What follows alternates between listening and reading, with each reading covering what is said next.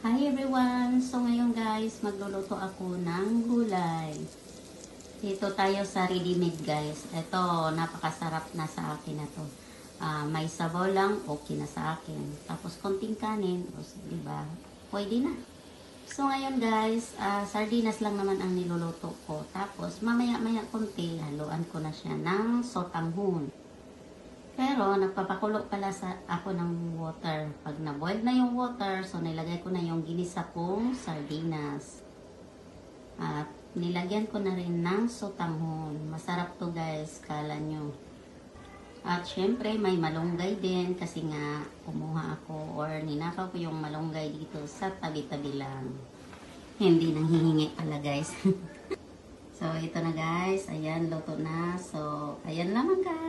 Thank you for watching. Let's eat everyone.